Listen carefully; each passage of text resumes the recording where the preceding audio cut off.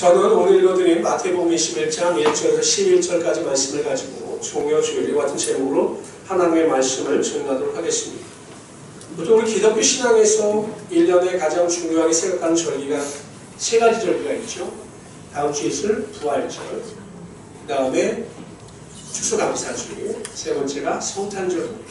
그런데 이 부활절 일주일 전을 종려주일이라고 합니다. 종려주일이라고 하는 이유는 예수님께서 예루살렘의 성에 입성하셨습니다. 이제 고난주간이 이 종려주일과 더불어 시작되는 겁니다. 오늘부터 이 고난주간이 시작되는 겁니다.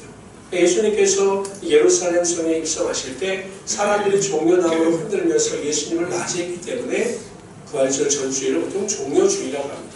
요한복음에 보면 나와 있습니다. 다 같이 읽어봅시다. 시작! 예수께서 예루살렘으로 오신다는 것을 듣고 종려나무 가지를 가지고 마주하다가 외치되 호산나 찬송하리로다. 나 주의 오시는 이곳. 그래서 보통 이 주간을 종려주일, 이번 주일을 종려주일이라고 합니다. 예수님께서는 3년간의 공생의 사역을 이제 마무리하시고 우리의 모든 죄를 담당하시어 십자가 가운데 달려 돌아가시고 이제 예루살렘에 입성하시죠. 이 종려주일과 관련해서 오늘 두 가지를 살펴보자 합니다. 첫 번째, 예수님께서 예루살렘에 입성하실 때 어떻게 입성하셨느냐? 이게 첫 번째고요. 두 번째, 예수님께서 예루살렘에 입성하실 때 사람들은 어떠한 반응을 보였느냐? 이 두 가지를 통해서 우리에게 주시는 영적 교훈을 살펴보도록 합니다. 첫 번째로 예수님께서 예루살렘에 어떻게 들어가셨느냐에 대해 살펴보도록 하죠. 우리 잘 알고 있죠. 예수님께서 예루살렘에 들어가실 때 뭘 타고 들어가셨습니까? 나귀 새끼를 타고 들어가셨습니다. 나귀 새끼. 근데 왜 나귀 새끼를 타고 들어가셨을까요? 백마 새끼도 있고 흑마 새끼도 있는데 왜 굳이 나귀 새끼를 타고 들어가셨을까요? 한 세 가지 정도 이유가 있습니다. 세 가지 정도가 있는데 첫 번째로 예수님께서 나귀 새끼를 타고 입성하신 이유는 하나님의 예언의 말씀을 성취하기 위함이었습니다. 오늘 2절부터 5절까지 한번 다시 한번 읽어봅시다. 성경을 다시 한번 읽어봅시다. 2절부터 5절 큰 소리로 있습니다. 시작! 이르시되 너희 맞은편 마을로 가라. 곧 매인 나귀와 나귀 새끼가 함께 있는 것을 보리니 풀어 만일 하거든 주가 쓰시겠다. 그리하면 4절 중요합니다. 시작! 선지자를 통하여 하신 말씀을 이루려 하심이라 일러쓰되 뭡니까? 선지자를 통하여 하신 말씀을 이루려고 예수님께서 나귀 새끼를 타고 오신 거예요. 근데 선지자가 하신 말씀이 무엇이냐? 그게 5절입니다. 5절 다 같이 읽읍시다. 시작! 시온 나에게 이르기를 내 왕이 내게 임하나니 그는 겸손할 나귀 곧 하라 하였느니라. 제자들이 가서 예수께서 명하신 대로 6절은 필요 없습니다. 5절까지 읽도록 하죠. 이 5절의 예언이 어떤 예언이냐면 스가랴 9장 9절의 예언입니다. 우리 한번 9장 9절, 스가랴 9장 9절 봅시다. 시작! 예루살렘에 따라 즐거이 부를 지어다. 보라, 그는 겸손하게 예수님께서 나귀 새끼를 타고 입성하신 이유는 이 스가랴 9장 9절의 말씀을, 이 예언의 말씀을 성취케 하시기 위하여 나귀 새끼를 타고 오신 것입니다. 예수님께 있어서는 무엇을 타느냐가 중요한 게 아니었습니다. 뭐 백마를 타든 흑마를 타든 나귀 새끼를 타든 이게 중요한 게 아니었어요. 예수님께 있어서 중요한 것은 하나님께서 말씀하신 그 무엇을 타느냐가 중요했던 것이죠. 만약에 하나님께서 백마를 타고 입성하는 것이 예언의 성취였다면 아마 예수님은 백마를 타고 입성하셨을 것입니다. 그러나 하나님께서 구약 예언을 통해서 나귀 새끼를 타고 입성하는 것이 하나님의 예언이었기 때문에 그 예언의 성취를 위하여 예수님께서는 기꺼이 나귀 새끼를 타고 예루살렘에 입성하신 것이죠. 더 확대해서 가면 하나님의 뜻을 이루시기 위하여 나귀 새끼를 타고 예루살렘에 입성하신 것입니다. 성도의 삶의 개인의 기호나 환경은 매우 중요합니다. 그렇죠? 내가 하고 싶은 것 하면서 사는 것이 행복 아니겠습니까? 뭐 소확행 이야기하는데 소소하지만 확실한 행복도 결국은 내가 하고 싶은 것을 할 때 행복한 거죠. 여러분 어떠십니까? 고난을 받고 싶으십니까? 그냥 즐겁게 평안한 가운데 살고 싶으십니까? 여행을 다니고 싶으십니까? 그냥 집에만 있고 싶으십니까? 여행 다니고 싶죠.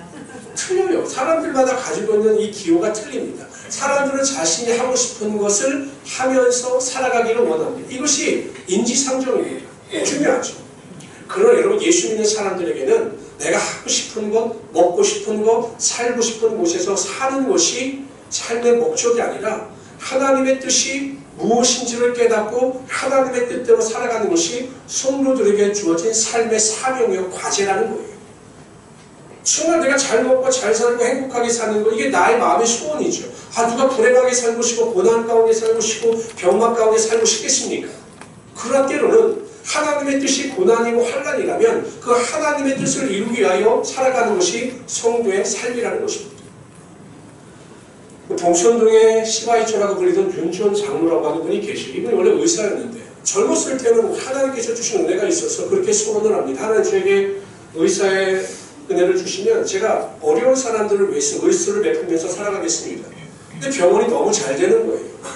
병원이 잘 되고 돈을 벌게 되니까 하나님께 소원했던 것을 까마득해 잊어버리고 주일날도 교회도 나가지 않고 병원을 열어서 그냥 돈을 모으는 일에 집중했습니다. 그러다 어느 충격적인 사건을 당해요.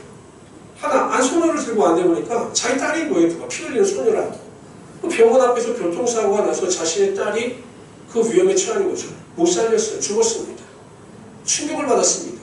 병원을 접어버립니다. 그리고 방황합니다. 그러다가 어느 날 길을 지나가는데 한 할머니가 막 울고 있는 거예요. 왜 오냐고 물어봤더니 우리 소녀가 너무 아픈데 돈이 없어서 병원을 가지 못한다는 것입니다.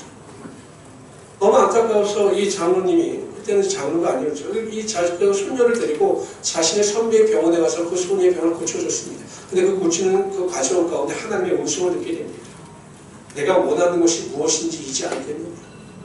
그 마음이 뜨거워졌습니다. 하나님의 뜻은 돈이 아니라 하나님께서 나에게 주신 그 의사라고 하는 직업을 가지고 어려운 사람들을 돕는 것이요. 그래서 여러분, 지금이 봉천동이 많이 좋아졌지만 예전에 봉천동이 굉장히 어려운 지역이었습니다. 그곳에 들어가서 거의 봉사의 개념으로 우수를 베풉니다. 어려운 자들을 향해서 병을 고쳐주고 거의 돈도 받지 않습니다. 근데 여러분, 더 행복했다라고 이야기하죠. 하나님의 뜻을 쫓아 자신의 삶을 포기하고 살아갈 때 세상이 줄 수 없는 참된 행복과 기쁨이 흘러넘치게 하여 주셨다는 것입니다. 성도들은 하루를 살더라도 항상 하나님 앞에 이렇게 기도해야 합니다. 하나님, 나의 뜻이 아니라 하나님의 뜻이 나를 통해서 내 자신과 가정과 직장 가운데 흘러넘치기를 원합니다. 나의 원이나 나의 기쁨이 아니라 하나님의 기쁨과 하나님의 뜻이 나를 통해서 내 가정과 직장과 교회 가운데 흘러넘치기를 원합니다. 이렇게 기도할 때 하나님께서 여러분들을 통해서 하나님의 뜻을 이루어 가실 것이고, 그것을 통해서 하나님의 영광이 분명히 여러분 삶 가운데 나타나게 하여 주실 것입니다. 이런 믿음을 가지고 승리하시기를 주님으로 축원합니다. 두 번째, 나귀 새끼를 타고 입성하신 이유는 예수님께서 겸손하셨기 때문이에요. 5절에 봅시다. 5절 다 같이 읽어봅시다. 시작. 겸손하여. 5절이요. 시작. 시원해. 그는 겸손하여. 그만. 그는 겸손하여 나귀 새끼를 타셨다는 것입니다. 예수님께서 본인 스스로가 이 땅에 오신 목적에 대하여 나는 섬김을 받으려고 온 것이 아니라 섬기려고 이 땅에 왔다. 이렇게 말씀하셨습니다. 예수님께서 제자들의 발을 씻기시죠. 만찬을 하신 다음에 제자들의 발을 씻기십니다. 여쭤볼까요? 남편의 발을 씻겨보신 분들 계신가요? 아내의 발을 씻겨보신 분들 계신가요? 손 들어보세요. 내가 아내의 발을 씻겼다. 아이고, 안 할 거 못 할 거 다 하셨네요. 대단하십니다. 우리 아내분들 중에 남편 발을 씻겨보신 옛날에요. 옛날 거, 요즘은 내 발도 내가 더러워서 닦기가 싫은데. 근데 여러분, 이스라엘은 샌들을 신고 맨발로 그 건조한 모래 땅을 다닌 지역이기 때문에 우리가 생각하는 것보다 굉장히 발이 더러워요. 그러니까 발을 닦는다는 것은 보통 미천한 종들이 하는 행위였어요. 근데 예수님께서 제자들의 발을 다 닦아주셔요. 맨 처음에 제자들이 거부하죠. 우리는 뭐 이런 일을 허락지 못하겠으면 거부합니다. 그래서 예수 다 닦아주셔요. 그리고 나서 예수님께서 이렇게 말씀하십니다.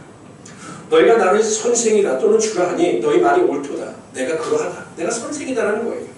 내가 주와 또는 선생이 되어 너희 발을 씻겼으니 너희도 서로 발을 씻기는 것이 옳으리라. 내가 선생님은 주였지만 너희들의 발을 닦였듯이 너희도 세상에 나가 다른 사람의 발을 닦고 그들을 섬기는 삶을 살아가야 된다라고 제자들에게 말씀하신 것입니다. 이 말씀처럼 하나님은 우리들 스스로가 겸손하여 다른 사람들을 섬기기를 원하시는 것입니다. 대접받기보다는 낮아져서 섬기고 그들을 위해서 같이 울며 같이 보듬으며 살아갈 때 하나님께서 겸손한 자를 높여주시고 그들의 삶에 하나님의 축복의 능력이 반드시 임하게 하여 주신 것입니다. 보세요. 하나님은 교만한 자를 대접하시고 겸손한 자를 높여주신다라고 말씀하셨습니다. 하나님은 섬김을 받기 원하는 자를 높여주시는 자가 아니라 낮아져서 섬기는 자를 축복하시고 그들의 삶에 하나님의 능력이 나타나게 하여 주신다는 것입니다. 그러나 교회에서 우리가 겸손하게 성도들을 가장 잘 섬기는 방법이 무엇이라고 생각하십니까? 교회에서, 우리의 교회에서 교회당, 예배당에 나와서 성도들을 잘 섬기고 겸손하게 살아가는 가장 좋은 방법이 무엇일까요? 막연하죠. 제가 성도들을 상담해보고 성도들과 이야기를 나누면서 내린 결론은 성도들이 겸손하게 웃으면서 상대방에게 인사를 잘하는 것이 겸손하게 다른 사람을 섬기는 것입니다. 제가 물어보니까요. 저를 상담하는 성도들 보면 큰 것 때문에 상처받는 게 아니에요. 성도들이 큰 것 때문에 상처받는 것이 아니라 다른 사람이 나에게 인사를 하지 않았다. 나를 무시하는 것 같다.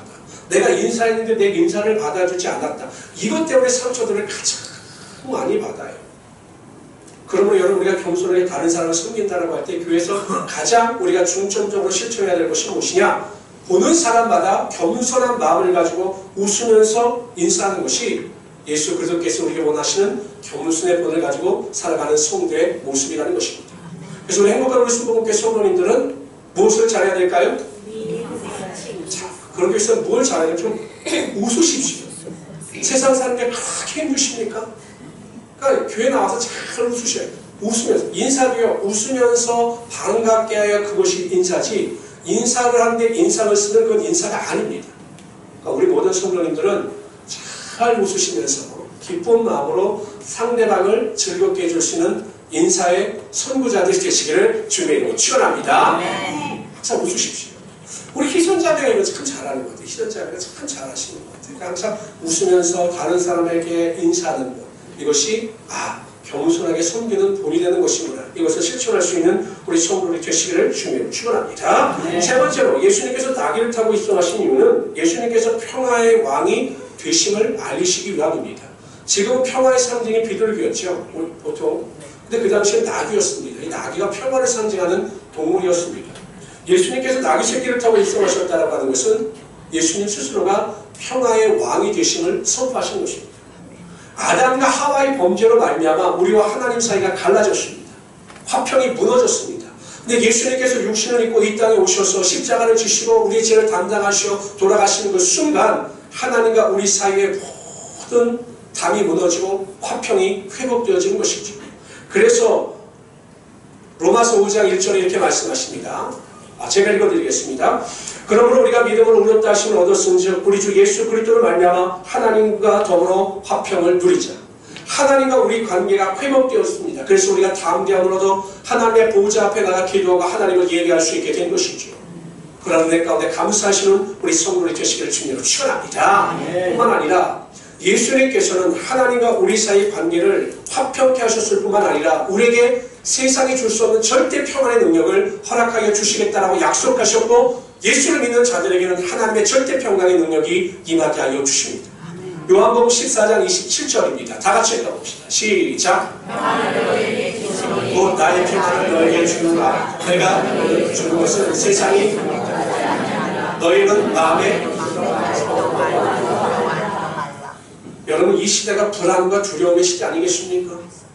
항상 세상을 살아가지만 인간에게는 항상 불안과 두려움이 존재합니다. 그런데 예수 그리스도를 믿고 평강의 왕이신 예수 그리스도를 심령 가운데 모시게 되면 세상이 줄 수 없는 형언할 수 없는 절대 평강이 여러분 삶 가운데 분명히 임하게 되는 것입니다. 사도 바울처럼 내 안에 그리스도께서 사신 것이다 라고 고백할 수 있는 믿음을 가진 자들에게 세상이 줄 수 없는 절대 평강의 능력이 반드시 임하게 되는 것입니다. 이런 믿음의 능력, 평안의 능력을 누리며 살아가시는 우리 성도들이 되시기를 주님 축원합니다. 두 번째로 큰 예루살렘에 들어가실 때 사람들은 어떠한 반응을 보였느냐라는 것입니다. 첫째, 예수님이 예루살렘에 들어오실 때 사람들 중에 겉옷을 펴고 종려나무를 흔들며 호산나 다윗의 자손이여 찬송하리로다라고 고백하고 화답하는 자들이 있었습니다. 종려나무는 보통 왕 앞에서 흔들거나 왕권을 상징하는 나무였습니다. 그러니까 호산나라고 하는 것은 구원하소서, 간구합니다, 이런 뜻입니다. 그러니까 왕이여 우리를 구원하소서, 이것이 그들이 고백한 고백입니다. 근데 여러분, 문제가 무엇이냐? 이 이스라엘 사람들은 예수님을 왕으로 인식했지만 메시아로서의 이 왕은 정치적 메시아였습니다. 그러니까 로마를 정복하고 로마를 무너뜨리는 그 왕으로 인식하는 거죠. 그런데 그들의 기대와 그들의 지식이 잘못됨을 깨달았을 때 그들은 180도 바뀝니다. 왕이여 호산나 다윗의 자손, 이렇게 외치던 사람들이 예수님께서 정치적인 메시아가 아니다라는 사실을 깨달았을 때, 알았을 때 그들은 완전히 뒤돌아섰습니다. 그래서 마태복음 27장 23절에 보면 빌라도가 가로되 어찌이뇨 무슨 악한 일을 하였느냐, 이제 군중들에게 묻는 겁니다. 이 예수라고 하는 사람이 무슨 악한 일을 했느냐, 내가 보기엔 악한 일을 하지 않았다라고 묻습니다. 그랬더니 그들이 뭐라고 이야기하냐면 저희가 더 소리질러 가로되 십자가에 못 박혀야 하겠나이다 하는지. 무엇입니까? 쳐다보시면 부하가신데 거기 왜 쳐다보십니까? 빌라도가 왜 나를 쳐다보지? 그쪽을 쳐다보시죠? 순간적으로 당했어요. 소리가 나한테 쳐다보는 거 아니에요. 빌라도가 이 사람들이 물은 거예요. 이 예수가 죄가 없는데 어떻게 하면 좋겠느냐? 그랬더니 여러분, 다윗의 자손이요 막 찬송하던 사람들이 뭐라고 이야기하냐면 그를 십자가에 못 박아야 한다라고 좀 다른 이야기를 하고 있는 거죠. 왕으로 알았던 그것이 잘못된 것을 알자 전혀 다른 이야기를 하고 있는 것입니다. 여러분, 교회 다니는 분들 중에도 이런 분들이 있어요. 그러니까 성경대로 하나님에 대한 지식을 가지고 있는 것이 아니라 내가 믿고 싶은 대로 믿는 겁니다. 우리는 성경이 말씀하시는 하나님을 믿어야 되는데 성도들 중에는 잘못된 지식을 가지고 있는 자들이 있어요. 예를 들면 이런 겁니다. 예수를 믿으면 복을 받는다라고 생각을 해서 그냥 예수를 믿기만 하고 기도만 하면 내 삶이 잘 되고 형통이 된다, 이 생각을 가지고 있는 사람들이 있어요. 그러다가 이런 고난을 만나고 환난을 만나고 어려움을 만나게 되면 하나님이 어디 계시느냐, 하나님이 계시지 않다, 이렇게 잘못된 말을 하는 어리석음을 범할 때가 많다는 것이죠. 우리는 우리의 생각대로의 하나님이 아니라 성경이 말씀하시는 하나님에 대한 올바른 지식을 가지고 그 지식 앞에 믿음의 뿌리를 내릴 때 우리의 믿음이 올바른 길을 걸어갈 수 있게 되는 것입니다. 그래서 우리 모든 성도님들 하나님의 말씀을 가까이 하십시오. 하나님의 말씀을 가까이 하셔서 그 말씀의 능력이 나를 이끌어갈 수 있도록 최선을 다하시는 우리 귀한 성도들이 되시기를 주님으로 축원합니다. 두 번째, 어떤 반응이 있었느냐? 소동은 하나 반응은 보이지 않는 사람들이 있었습니다. 10절 11절 같이 읽어봅시다. 시작. 예수께서 예루살렘에 들어가시니 온 성이 소동하여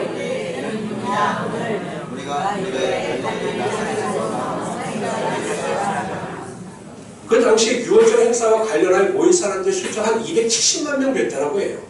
어마어마한 숫자죠. 270만 명. 안양시 인구가 65만이라고 하니까 한 4-5배 정도 되는 거예요. 그 어마어마한 숫자들이 예루살렘에 모여, 예루살렘 성이 여러분 그렇게 크지 않아요, 가보니까. 그 숫자들이 모인 겁니다. 근데 그들이 신기한 거예요. 왜냐면 사람들이 누가 나귀를 타고 지나가는데 막 종려나무를 흔들면서 그 사람을 막 칭송하니까 모인 사람들이 관심을 가지는 거죠. 막 소동하는 겁니다. 그 예수가 누구냐? 예수가 어떤 사람이냐? 이렇게 소동하고 관심을 보인 겁니다. 그러나 그것뿐이었어요. 그들이 예수에 대한 관심을 가졌을 뿐이지 예수 그리스도 앞에 나아가지 않았습니다. 만일 그들 가운데 오순절날 나가의 다락방에 성령의 능력이 임했을 때 제자들의 관심을 보이고 그들 앞에 나갔을 때 성령의 세례를 받았던 자들처럼 그들이 예수님에 대한 관심을 가지고 예수님 앞에 나갔으면 구원의 선물을 받았을 텐데 그들은 관심을 가질 뿐 그 앞에 나가지 않았던 것입니다. 성도님들 중에도 이런 분들이 있습니다. 관심을 보이기는 보이는데 그 자리에 나가지 않아요. 예배에 대한 관심을 보입니다. 그런데 예배 자리에 나가지 않습니다. 그냥 예배 드리면 좋죠. 예배 가운데 은혜가 있지요. 관심은 보여요. 그러나 예배에 대한 적극적인 믿음을 가지고 나오지 못하는 분들이 있습니다. 그런 분들에게 여러분 예배의 은혜가 임할 수가 없는 거죠. 기도에 관심을 보이는 분들이 있어요. 목사님께서 하루에 20분씩 기도하라고 하셨으니까 야, 기도하면 좋은 일이 일어나겠구나. 기도는 좋은 것이구나. 관심을 가지는 분들이 있어요. 그러나 기도의 자리에 나와 기도의 능력을 맛보는 분들이 그리 많지 않다는 것입니다. 말씀에 대하여 관심을 가지는 분들이 있어요. 야, 우리는 또 새해가 시작되었으니 내가 성경을 읽독해야겠다. 열심히 했습니다. 창세기, 출애굽기, 레위기. 야, 레위기 왜 이렇게 어렵지? 우리는 포기하고 내년에 다시 시작해야 되겠다. 이렇게 포기하는 분들이 있어요. 관심을 가지지만 더 나가지 못하고 그 능력을 맛보지 못하는 사람들이 너무 많다는 것입니다. 저는 우리 모든 성도님들이 관심을 가질 뿐만 아니라 그 믿음 생활에 대하여 적극적으로 나와서 참석하고 적극적으로 그 행위 가운데 행하심으로 하나님의 큰 은혜와 능력을 맛보며 살아갈 수 있는 하나님의 귀한 성도를 되시기를 주님으로 축원합니다. 이게 보면 무슨 일이든지 어느 한계가 있어요. 단계가 있어요. 제가 요즘에 운동을 하는데 이제 제가 탁구를 치러 다닙니다. 새벽에. 처음에 가니까 힘들더라고요. 왜냐면 저는 힘든 운동을 잘 안 해요. 너무나 힘이 들어요. 재미도 없어요. 맨날 똑같은 것만 하라고 해요. 할 줄 아는데. 근데 코치는 맨날 똑같은 것만 시키는 거예요. 재미가 없어서 가나마나 이게 갈등이었어요. 새벽 예배 끝나고 가면 너무 힘들거든요. 그런데 어느 순간이 딱 지나니까 재밌는 거예요. 그 하기 싫다는 과정을 조금만 넘기면 이제 그 일이 재밌어지더라고요. 그래서 제가 이렇게 인생을 살아보니까 모든 일이 그래요. 그 고비를 넘기면 그 일이 내 습관이 되고 일이 즐거워져요. 새벽 예배도 고비만 넘기면 기도하는 즐거움이 흘러 넘칩니다. 성경을 읽고 또한 모든 예배 생활에 동참하는 것도 그 고비를 넘기면 되는 것입니다. 저희 모든 성도님들이 관심만 가지는 자들이 아니라 영적인 일에 동참하심으로 하나님의 큰 능력을 맛보며 살아가시는 귀한 성도들이 되시기를 주님으로 축원합니다. 세 번째, 어떤 반응이 있었냐면 자신들의 겉옷을 벗어 나귀 새끼 등에 올려놓는 제자들이 있었습니다. 제자들은 자신의 겉옷을 벗어서 말의 안장처럼 나귀 새끼 등에 올려놓습니다. 그래서 예수님께서 그 나귀 새끼를 타고 입성하시죠. 여러분, 그 당시에 이 겉옷은 우리가 생각하는 것 이상의 가치가 있었습니다. 왜냐하면 그 이스라엘 지역은 일교차가 심하기 때문에 추운 밤에는 때로는 그 겉옷이 입을 역할을 하기도 했습니다. 그리고 또 이 겉옷은 신분상의 차이도 보였고, 그래서 그 당시에 이렇게 좀 어려우면 이 가치가 있기 때문에 이 겉옷을 담보로 잡아서 돈을 빌려주기도 했습니다. 겉옷이 굉장히 중요한 가치를 가지고 있었죠. 그런데 제자들이 가장 중요한 가치를 가지고 있는 그 겉옷을 예수님을 위해서 다 내어 놓았다는 것입니다. 성도들은 예수님을 위하여 자신의 가장 귀한 것을 드릴 수 있어야 합니다. 하나님을 위해서라면 자신의 가장 귀한 것까지 포기할 수 있어야 합니다. 근데 여러분, 놀라운 사실은 하나님을 위하여 나의 가장 귀하고 가장 큰 것을 포기할 때 하나님께서 그것보다 더 귀하고 큰 것을 반드시 저와 여러분의 삶 가운데 허락하여 주신다는 것입니다.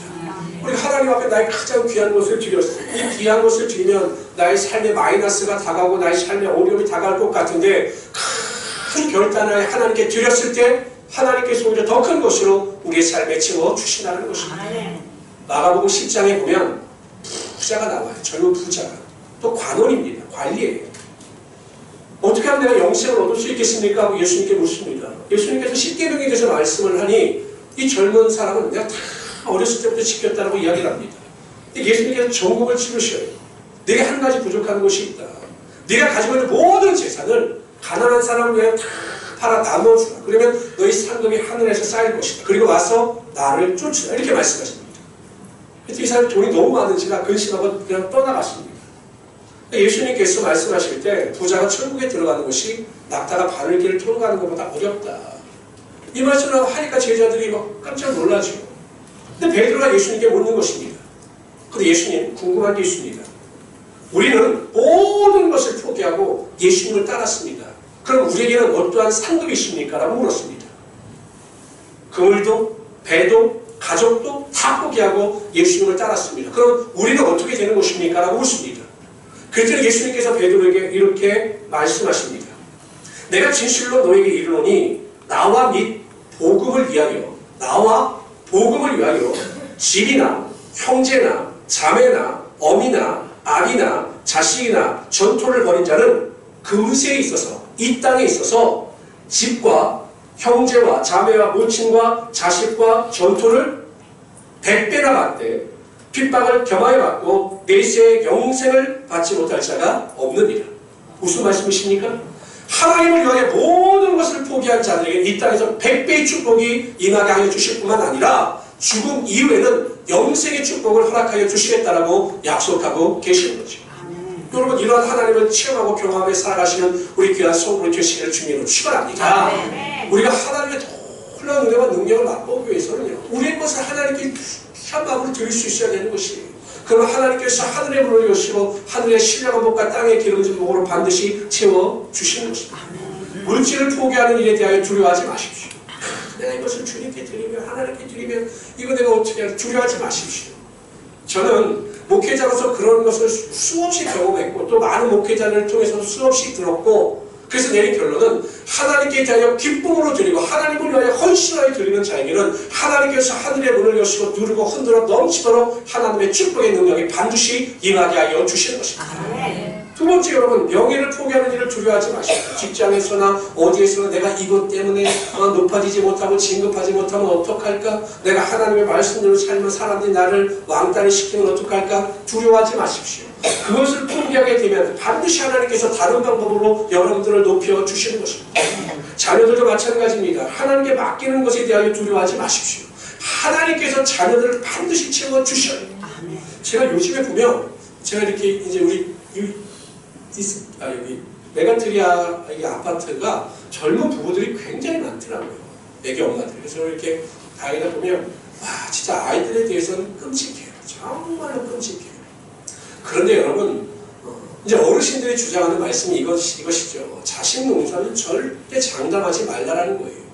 내 자식이 어떻게 될지 모르기 때문에 절대 다른 자식을 판단하지 말라라는 것입니다.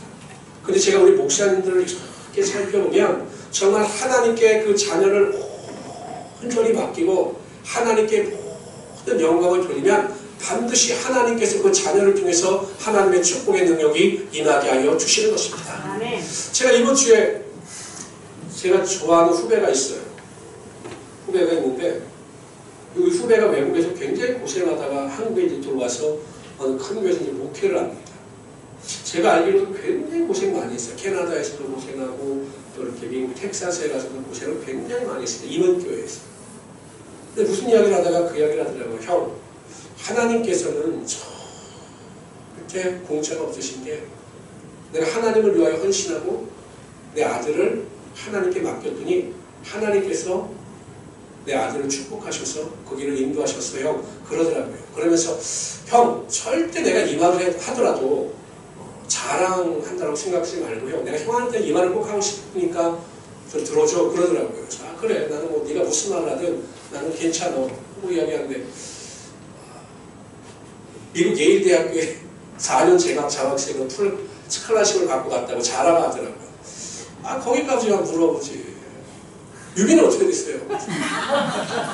유빈이는 저기 평촌에 있는 대학교 가서, 평촌에도 대학교가 있어. 1년 더 다니게 됐어. 이렇게 얘기했어요.